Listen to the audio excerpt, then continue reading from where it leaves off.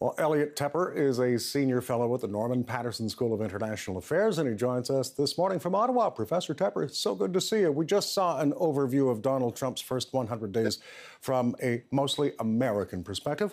What stands out for you about his first 100 days as they relate to Canada? I think two things. First, it's been seriously underestimated the degree to which the Republican ascendancy is already changing America. And at 3.6% of the days of an 8-year term, the Republican agenda is moving forward, even though what we see on the surface is all this kind of shambolic failure. And of course, the specter of the Russian involvement still hangs over it. But a lot is happening in terms of the social conservative agenda.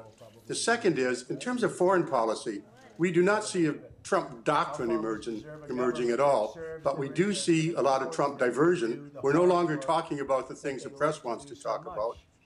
There's a lot of concern, as we've seen over NAFTA, that the make it up as you go along and we need a quick win, which seems to be the motif of the Trump presidency and foreign affairs, does have a lot of implications, not only for Canada, but for the world.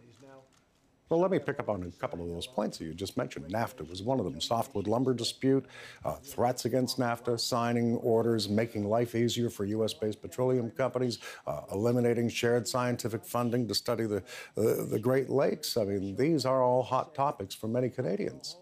They are indeed. And one that we haven't mentioned at all is the capacity of Canada to be a trading nation successfully. The cancellation of the TPP right off the bat by the Trump administration closed off for Canada a major adventure, a major opportunity to broaden out, to gain that third option that we've long wanted. Canada was on its way to having a free trade arrangement with NAFTA and then across the Pacific and the Atlantic with CETA, and that's been pulled out. All of this, of course, works to Canada's disadvantage, and raising the stakes over NAFTA, which came unexpectedly as the Trump administration looked for a win, has also put uncertainty into the arena.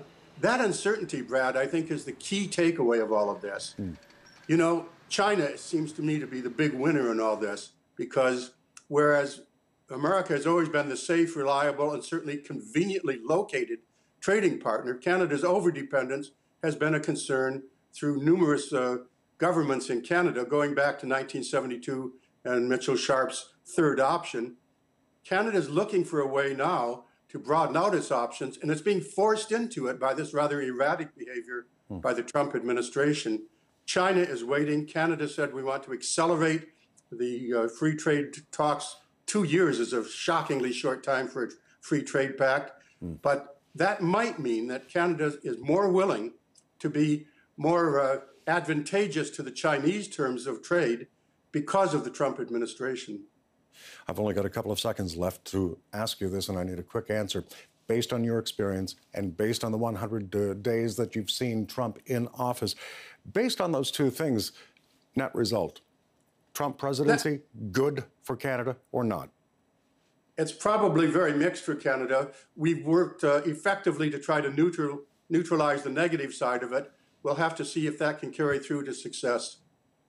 Elliot Tepper, a senior fellow at the Norman Peterson School of International Affairs. Great to speak with you again this morning. Thank you. Certainly, Brad.